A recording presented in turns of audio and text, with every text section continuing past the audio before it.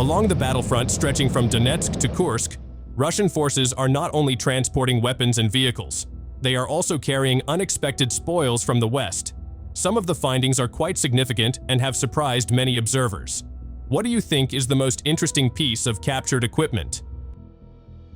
Recent circulating footage shows several combat vehicles belonging to the Ukrainian armed forces successfully captured by Russian troops in various battle zones, from Pokrovsk, southern Donetsk, and Sumy to Kursk.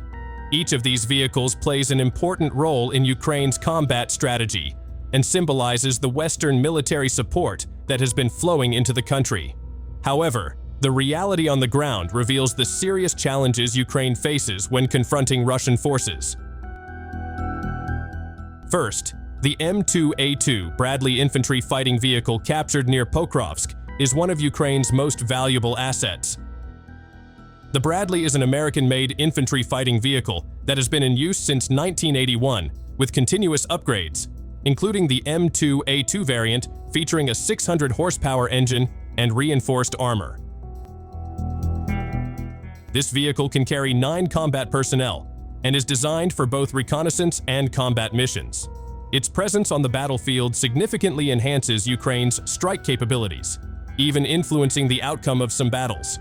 However, despite its advanced combat features, the Bradley is vulnerable to Russian FPV drones equipped with explosive payloads, which have been a major cause of Ukrainian vehicle losses. Its capture and potential reuse by Russian forces not only boosts their combat strength, but also serves as a symbol of their success in seizing advanced Western-supplied equipment once critical to Ukraine. On the other hand, the BRDM-2 armored vehicle captured in southern Donetsk is an amphibious reconnaissance vehicle that has been in service since the Soviet era. The BRDM-2 weighs around 7 tons and is equipped with a 14.5mm KPVT heavy machine gun and a 7.62mm coaxial machine gun. Though considered outdated, the BRDM-2 still offers Ukraine significant advantages in terms of high mobility, rugged terrain capability, and amphibious operations. It remains relevant for reconnaissance and patrol missions across Ukraine's diverse battlefields. Its capture highlights that older light armored vehicles still play a vital role in Ukraine's military operations. For Russian forces, capturing the BRDM-2 adds to their reconnaissance and intelligence gathering capabilities in the conflict zone. The Sumy region tells another story with the capture of the Stridsvagn 122 tank, an export version of the German-made Leopard 2A5 tank sold to Sweden. This tank is known in the West as one of the most modern main battle tanks, praised for its high protection and firepower, as well as its advanced technology and reliability.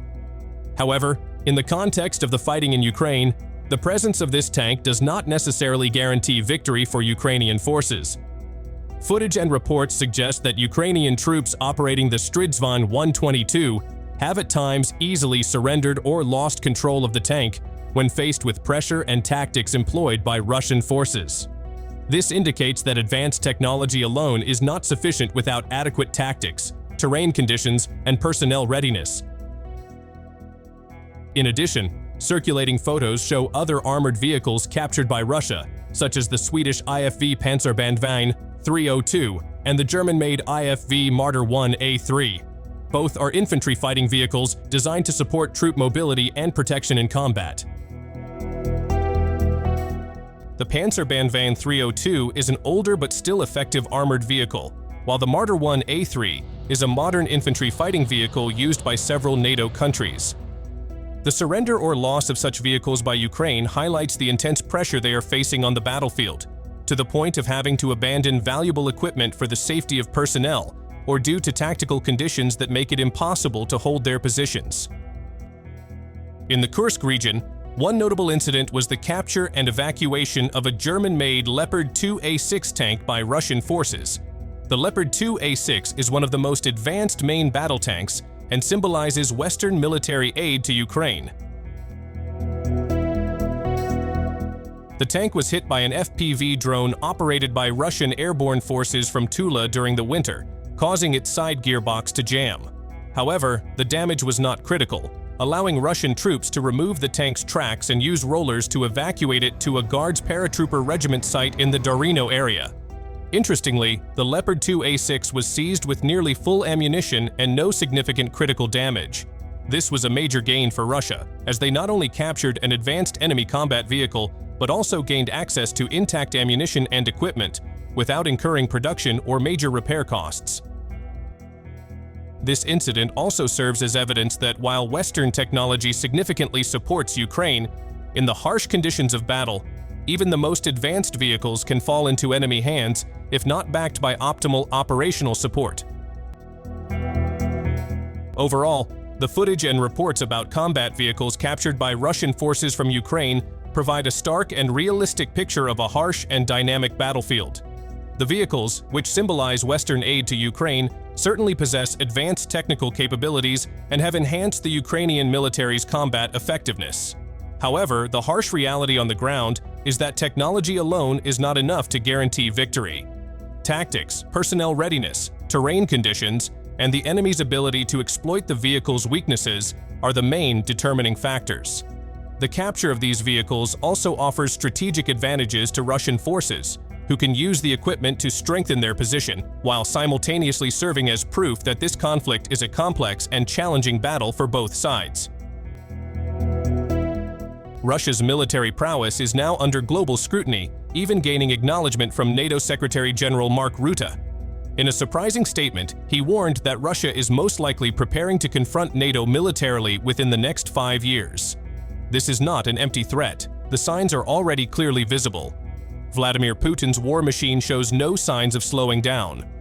On the contrary, Russia's military power is advancing at an alarming pace. The country is systematically reorganizing its combat forces, leveraging advanced technology to bolster its combat strength across all fronts. Even more concerning is that Russia's arms industry has far exceeded NATO's expectations. In just 3 months, Russia has been able to produce ammunition equivalent to the total annual production of all NATO member states combined. This figure illustrates the sheer scale of Russia's manufacturing capacity and how dire the situation has become for NATO. Rutte's warning serves as a wake-up call for the alliance. The Western Defense Coalition is now racing against time, trying to catch up in terms of military preparedness. NATO needs thousands of armored vehicles and tanks, along with millions of artillery shells, just to maintain the balance of power. Beyond that, supporting infrastructure, such as logistics, supply chains, military transport, and even battlefield medical services, must be drastically improved. So, what's your prediction? Who will be at the top in terms of military weaponry 5 years from now, NATO or Russia? That's all for today's episode, and thanks for watching.